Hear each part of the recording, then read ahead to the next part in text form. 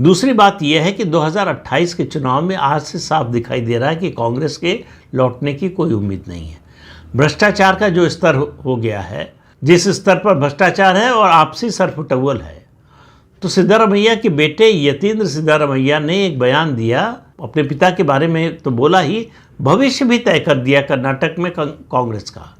उन्होंने कहा सतीश जारकिहोली जो है वो अहिंसा की राजनीति को आगे बढ़ाएंगे। उन्होंने कहा कि सतीश जारकिहोली मेरे पिता की जगह नेतृत्व संभालने में सक्षम है, ऐसे लोगों को नेतृत्व सौंपा जाना चाहिए। अब इस पर बड़ी कंट्रोवर्सी हुई, तो सिद्धारमैया ने एक कार्यक्रम में इसका स्पष्टीकरण दिया। उन्होंने कहा कि उनका ये मतलब नहीं था कि सतीश जारकिहोली को भविष्य में मुख्यमंत्री बनाया जाना चाहिए। मेरे बेटे के बयान का मतलब था, यतीन्द्र के बयान का मतलब सिर्फ इतना था कि सतीश जारकिहोली मेरे बाद अहिंसा की राजनीति को आगे बढ़ाएंगे। अब आप इसका अर्थ निकालते रहिए। सवाल यह है कि मुख्यमंत्री के बेटे को कांग्रेस पार्टी के भविष्य के नेतृत्व का निर्धारण करने का या उसके बारे में फैसला करने का अधिकार कहाँ से मिल गया?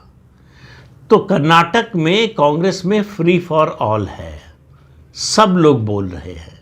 इस मामले में एक एक्स मिनिस्टर हैं कर्नाटक के, राजन्ना, उनका भी बयान आया है। सब लोग अपनी बात कह लेते हैं, उसके बाद आखिर में कहते हैं कि अंतिम फैसला हाईकमान करेगा।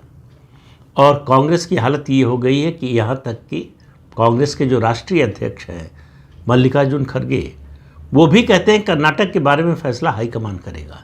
यानी वो मानकर चलते हैं कि कांग्रेस का राष्ट्रीय अध्यक्ष हाईकमान की श्रेणी में नहीं आता या उस गिनती में नहीं शामिल है। और सबको मालूम है कि कांग्रेस हाईकमान का मतलब सिर्फ 3 लोग, सोनिया गांधी, राहुल गांधी और प्रियंका वाड्रा। कांग्रेस में इसके अलावा और कोई हाईकमान नहीं है। इस हाईकमान को पिछले कुछ सालों में या दशकों में कहें, अगर किसी ने चुनौती दी है तो वो है तेलंगाना के मुख्यमंत्री रेवंत रेड्डी, जिन्होंने एक इंटरव्यू में कहा कि मैं किसी हाईकमान को नहीं मानता, मेरा कोई हाईकमान नहीं है, कोई मुझे नहीं बता सकता कि मैं कैसे काम करूंगा। इसके बाद भी रेवंत रेड्डी अपने पद पर बने हुए हैं। इससे पता चलता है कि ये जो हाईकमान नाम की चिड़िया थी वो उसके पंख कतरे जा चुके हैं।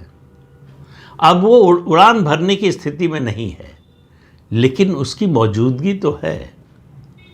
तो सबको सुविधाजनक लगता है कि अपनी बात कहो और फिर आखिर में कह दो कि हाईकमान तय करेगा। जी परमेश्वर हैं कर्नाटक के गृह मंत्री।